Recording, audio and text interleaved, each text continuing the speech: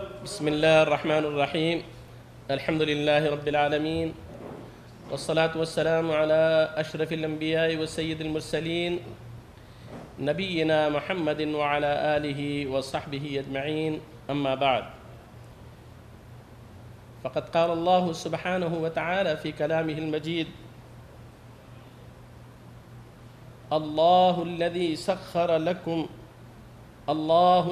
سخر لكم البحر لتجري الفلك فيه بأمره ولتبتغوا من فضله ولعلكم تشكرون وسخر لكم ما في السماوات وما في الأرض جميعا منه إن في ذلك لآيات لقوم يتفكرون.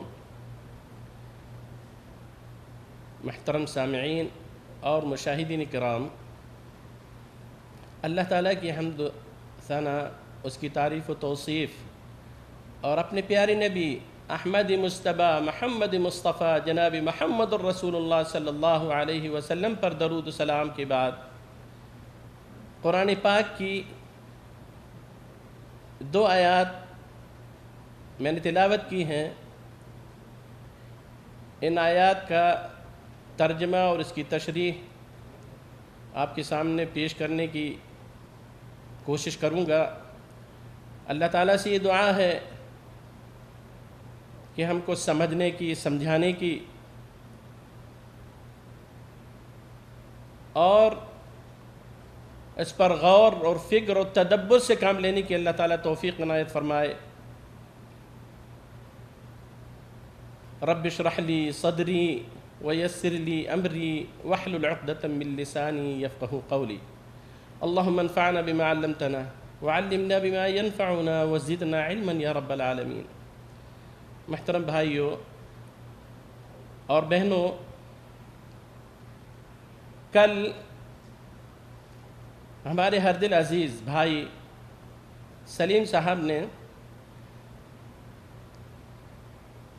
یہ خوشخبری سنائی کہ الحمدللہ عمرے کے لیے جانے کی تمام کارروائیاں مکمل ہو چکی ہیں اور بس کا انتظام ہو گیا ہے، اور بس بھی اتنی بہترین بس ہے کہ جس کو دیکھ کر کے سبھی انشاءاللہ خوش ہوں گے اور آرام سے اپنا یہ سفر طے کریں گے. میرے محترم بھائیوں، جب ہمارے بھائی سلیم صاحب نے یہ خوشخبری سنائی تو میں سوچنے لگا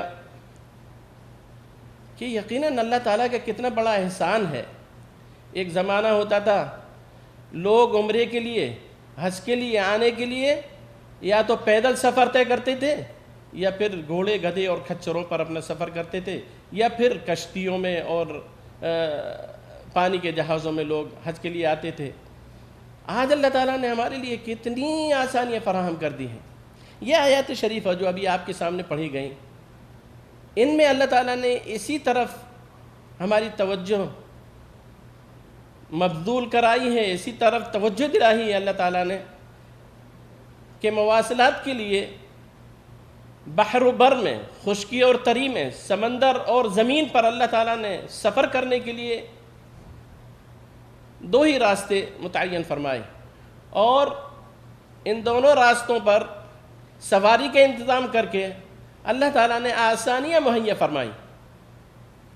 اپنی ان آسانیوں کا، اپنی ان نعمتوں کا ذکر کرتے ہوئے اللہ تعالیٰ نے سورہ جاثیہ میں ارشاد فرمایا: اللہ الذی سخر لکم البحر لتجری الفلک فیہ بامرہ. اللہ کی وہ ذات ہے، اللہ ہی کی ذات ہے جس نے کہ تمہارے لیے سمندر کو مسخر کر دیا، مطیع بنا دیا. لتجری الفلک فیہ بامرہ، تاکہ اس کے حکم سے کشتیاں اس میں جاری و ساری رہیں. وَلِتَبْتَغُوا مِن فَضْلِهِ، اور تم اس کا فضل اس میں تلاش کرو. لَعَلَّكُمْ تَشْكُرُونَ، تاکہ تم شکر کرنے والے بندے بن جاؤ، شکر کرو اللہ تعالیٰ کا. اور پھر اس کے بعد اللہ تعالیٰ نے فرمایا: وَسَخَّرَ لَكُم مَّا فِي السَّمَاوَاتِ وَمَا فِي الْأَرْضِ جَمِيعًا مِّنْهُ. اسی طرح سے ہم نے زمین و آسمان کی ساری چیزوں کو مسخر کر دیا، کام میں لگا دیا انسان کے. ان فی ذلک لآیات لقوم یتفکرون، اس سب میں دلیلیں ہیں، آیات ہیں، نشانیاں ہیں ان لوگوں کے لیے جو غور و فکر کرتے ہیں۔ میرے بھائیوں، کل ہمارے سلیم بھائی نے جب یہ خوشخبری دی اور خوشخبری کے بعد کہا بھی کہ آپ کو کچھ نصیحتیں بھی کرنی ہیں، تو ایک طرف تو خوشی ہوئی، دوسری طرف پسینہ چھوٹنے لگا، کیونکہ تقریر کرنا اور رائے جنت کے کسی پروگرام میں ابھی دل و دماغ پر ذرا سا بوجھ لگتا ہے۔